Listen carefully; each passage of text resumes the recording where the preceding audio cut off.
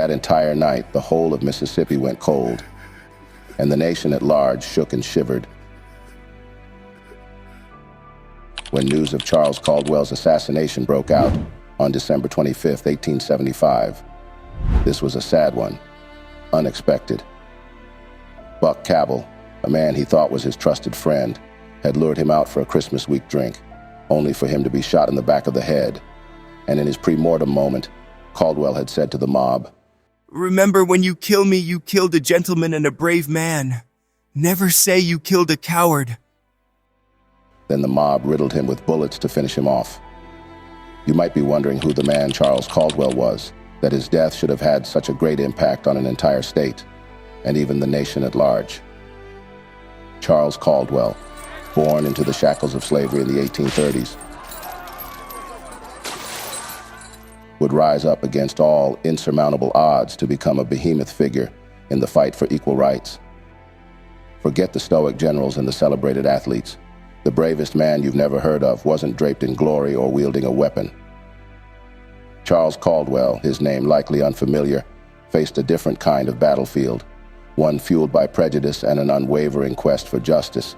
He was the first black man ever accused of killing a white and being acquitted by an all-white jury. This video delves into the extraordinary life of this singular black man, whose courage redefined the meaning of bravery in a society designed to break him. Before we proceed on this, remember to hit the thumb button, share with friends and families to keep spreading our eye-opening black narratives, and subscribe to stay with us for more revealing contents. Without further ado, let us dive in.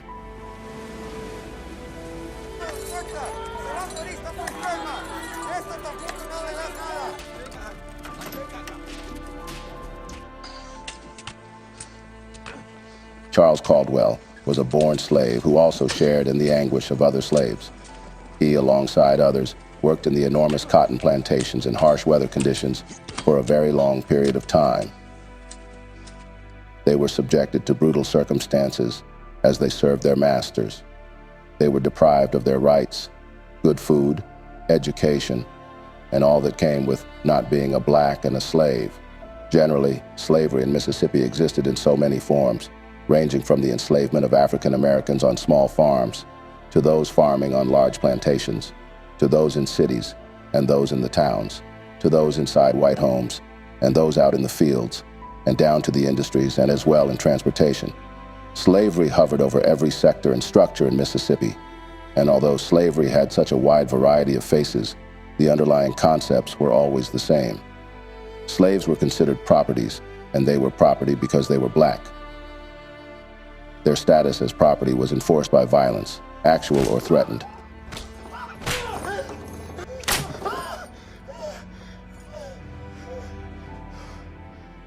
In the lower South, the majority of slaves lived and worked on cotton plantations. Most of these plantations had 50 or fewer slaves, although the largest plantations had several hundreds. Cotton was by far the leading cash crop, but slaves also raised rice, corn, sugarcane, and tobacco. Many plantations raised several kinds of crops.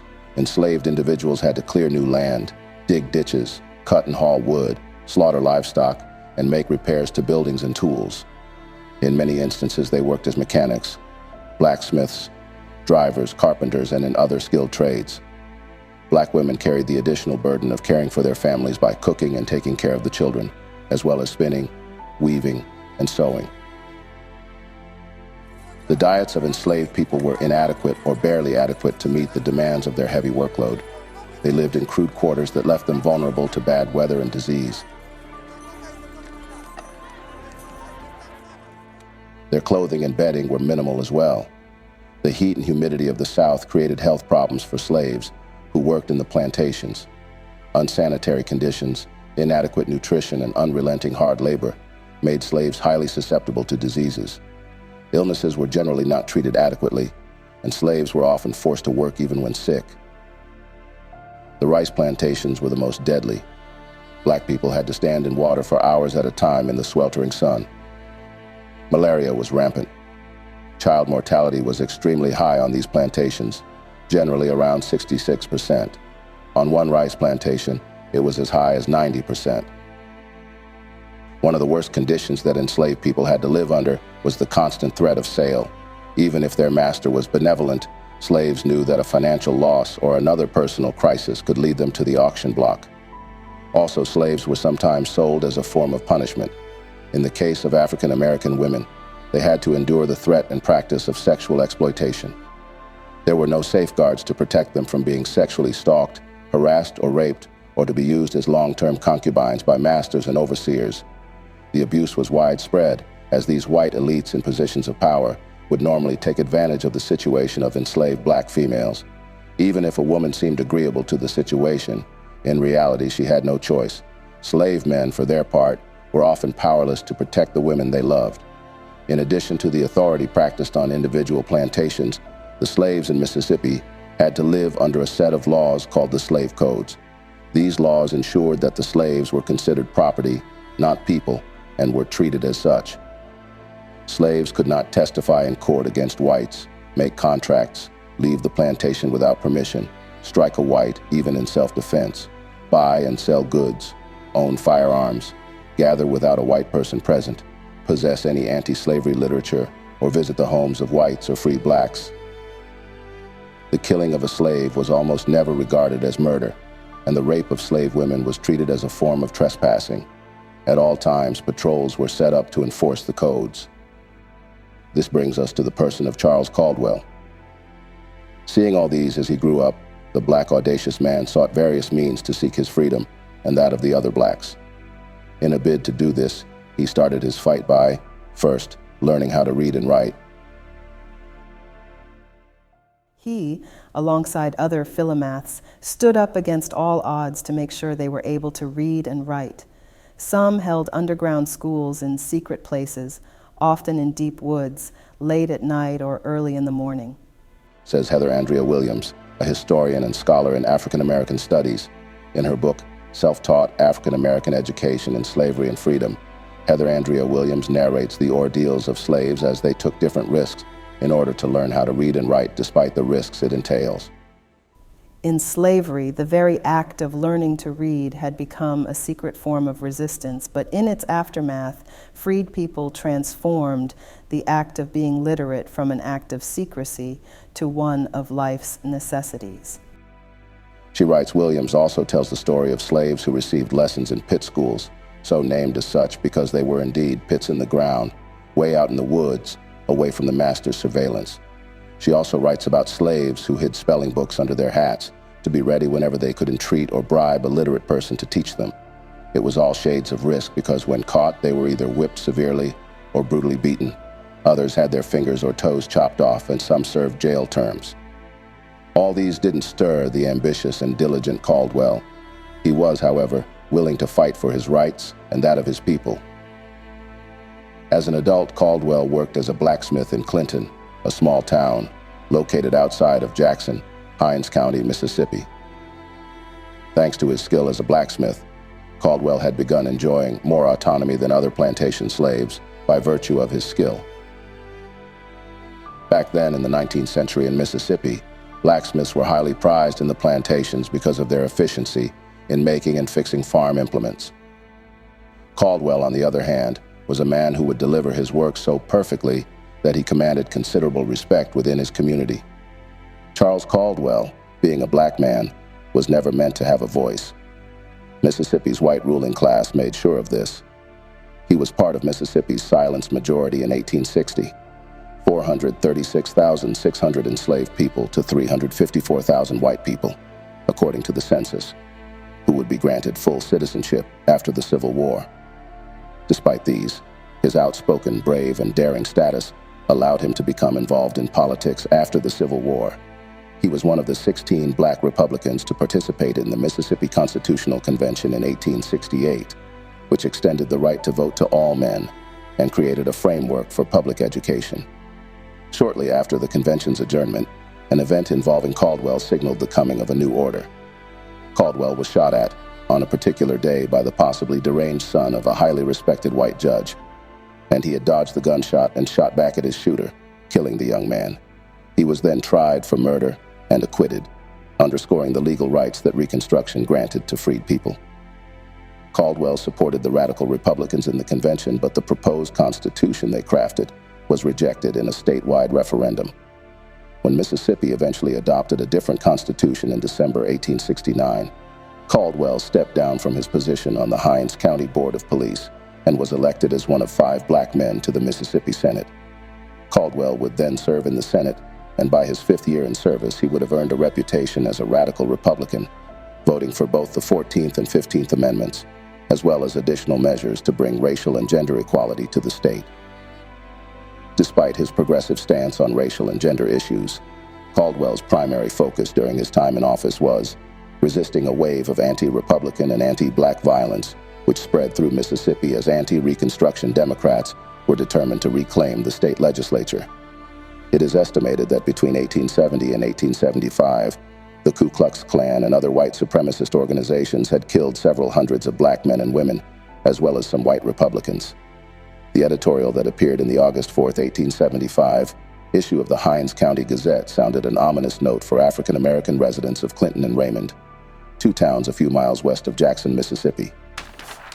Scoundrels, white and black, have obtained full control over the deluded and duped and have used them as tools, as the potter uses the clay in his hands, for the robbery of the people, for the exaltation to office of thieves and rascals, and for the disgrace and ruin of the country. There are those who think that the leaders of the Radical Party have carried this system of fraud and falsehood just far enough in Hinds County, and that the time has come when it should be stopped, peaceably if possible, forcibly if necessary.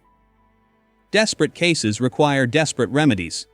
We must use remedies equal to the emergency of the case, if we desire to arrest the disease. The writer, presumably George W. Harper, a prominent local Democrat in Raymond who owned the newspaper, proposed that committees of anti-radical men be formed to show up at Republican events and stop the leaders from presenting falsehoods and deceptions and misrepresentations to black audiences. A month to the day after the editorial appeared, about 2,000 African Americans, along with approximately over 75 to 100 white allies, including a few Democrats from the nearby town of Raymond, attended a Republican political rally and barbecue at Moss Hill, an abandoned plantation outside Clinton. In an effort to keep the political rally peaceful, alcoholic beverages and weapons were banned, and both a Democratic and Republican candidate had been invited to speak. I suspicion there was going to be some trouble about an hour before the meeting assembled. Every store in Clinton was closed up. Green Tapley, a local barber, later told a U.S. Senate committee.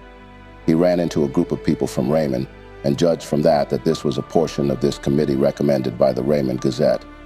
One organizer of the picnic recalled that Charles Caldwell, a freedman and successful blacksmith who had been the local state senator for 5 years then, thought it would be conducive of good feeling to give the opposite party an opportunity to say what they might have to say. And that we could very well afford to hear them because it would give us an opportunity probably of speaking to Democrats. Despite the violence, Caldwell was one who believed in the political process and thus would have the Republicans invite the opposition candidate for state senate, a prominent Democratic speaker, to open a major Republican Party rally before the election.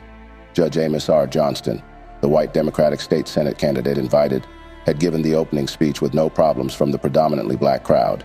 He opened the event with a speech that lasted about an hour, and who afterwards admitted to one of the organizers that he was never listened to more attentively in all the days of his life.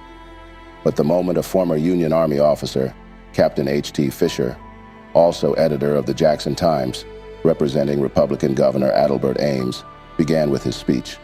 A group of 18 white men from Raymond had started out by calling him a liar, making moves to disrupt the rally.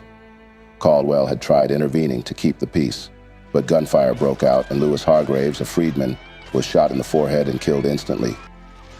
The thing opened just like lightning, and the shot rained in there, just like rain from heaven. One witness would later on report. At this point, what seemed to have started out peacefully had quickly deteriorated into some horrible, violent mess that became known as the Clinton race riot. The crowd frantically ran in all directions to get away from the random danger of bullets running in every direction. When the gunfire ended, a total of 5 blacks, including 2 children, and 3 whites had been killed, and as many as 30 others were seriously wounded. Unfounded rumors spread through white communities that a mob of freedmen were amassing for an attack on Clinton. But in reality, more than 500 African-American men fled to Jackson to be near the protection of the U.S. Army, while others went into hiding in the surrounding swamps and woods. During the next 2 days, September 5th to 6th, several hundred members of the White Line militia moved unopposed through Hinds County and murdered between 30 and 50 African Americans.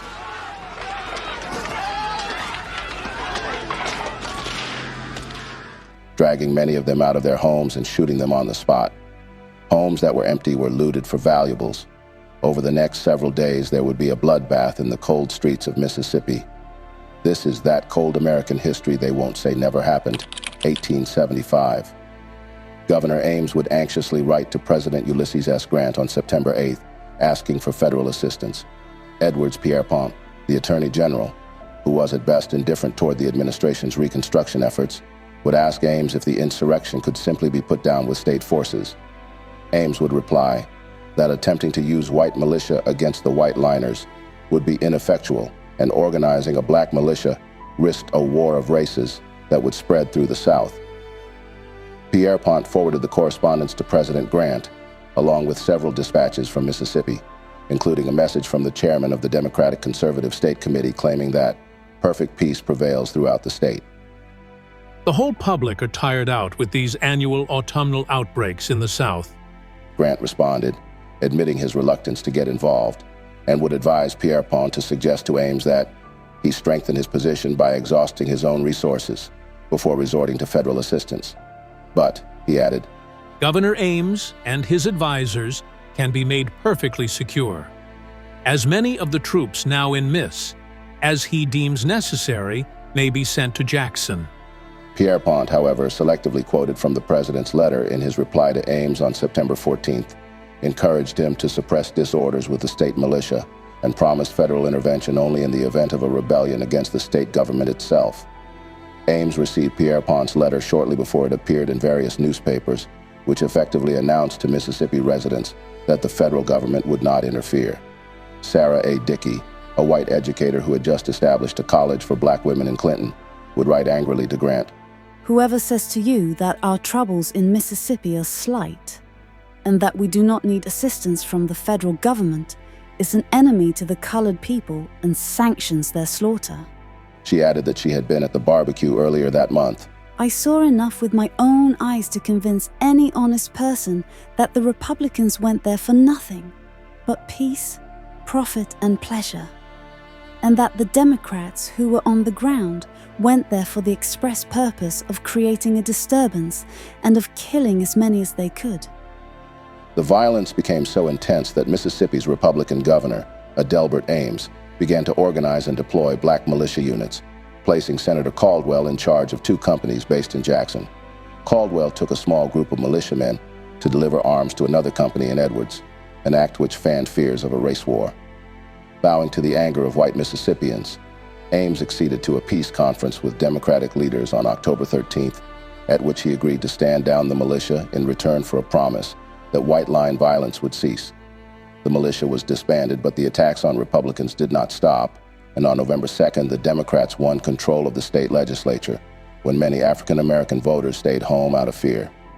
Deprived of any military support, Caldwell still managed to provide a forceful example for other Republicans in Clinton.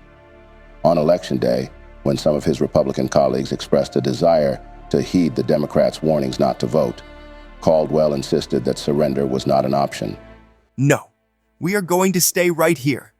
You must just come right along and keep your mouth shut. I don't care what they say to you. Don't you say a word," said Charles Caldwell. Although Caldwell lost his Senate seat that day, he proved that no amount of Democratic intimidation would shake nor deter him from his political resolve. Caldwell's powerful resistance to the Democrats helps explain his assassination a month and a half after the election. On December 25th, 1875, Senator Caldwell had gone into town to investigate why his nephew, David Washington, had been taunted and harassed by a group of local white men. Upon his arrival, a white acquaintance, Buck Cabell, invited him to have a Christmas drink with him in the basement of a Clinton grocery. This would be a ploy for the ambush that followed. Charles Caldwell had been reluctant towards the offer, but Buck Cabell had insisted on the both of them drinking a toast in celebration of Christmas. Caldwell had at last given in, as the gesture would seem harmless and friendly. While the two men stood in the basement of Chilton's store, they touched their glasses, but the clicking sounds had been a signal for the assassins to strike, as the report would uncover later on. Caldwell was shot in the head as he stood with his back to the window. Suffice to say that in that day and age, black politicians were usually shot down in broad open daylight in the county square.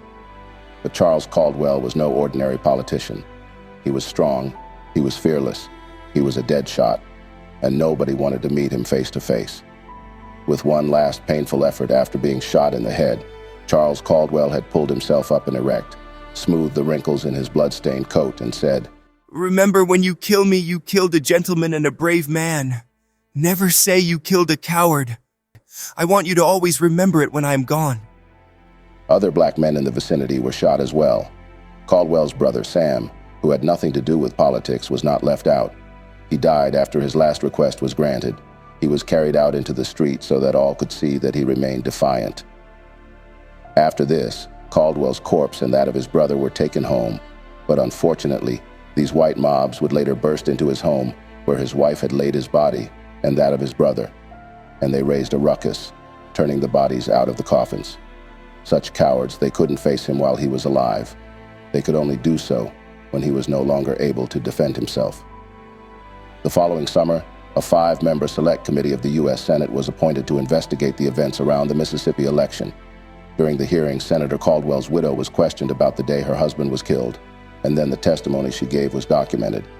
The jury, it was said, also investigated most thoroughly the killing of Charles Caldwell and Samuel Caldwell in Clinton on the 30th of December, 1875.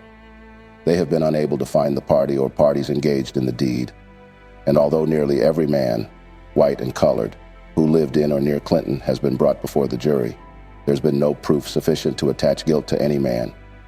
It was said that every witness that could be heard of who was likely to know anything of the affair utterly failed to elicit any evidence upon which the jury could take any action. In closing, today Caldwell is remembered for his commitment to the fight for equal rights for African Americans. The man, as described in a white politician's historical account, was one of the most daring and desperate Negroes of his day. Caldwell's story transcends the dusty halls of history. He wasn't just a politician. He was a symbol of resilience, a testament to the unyielding spirit of a people determined to claim their rightful place. Through his fearless activism and unyielding pursuit of justice, he not only inspired a generation, but continues to ignite a flame of hope and resilience in all who hear his story.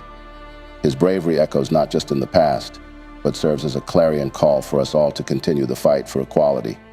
There are countless heroes like him, buried beneath the weight of prejudice. Let Caldwell's bravery be a catalyst to unearth these hidden narratives, to celebrate the triumphs that defied the status quo. Let Charles Caldwell's legacy be a reminder that courage can bloom even in the most oppressive soil, urging us to challenge injustice wherever we find it.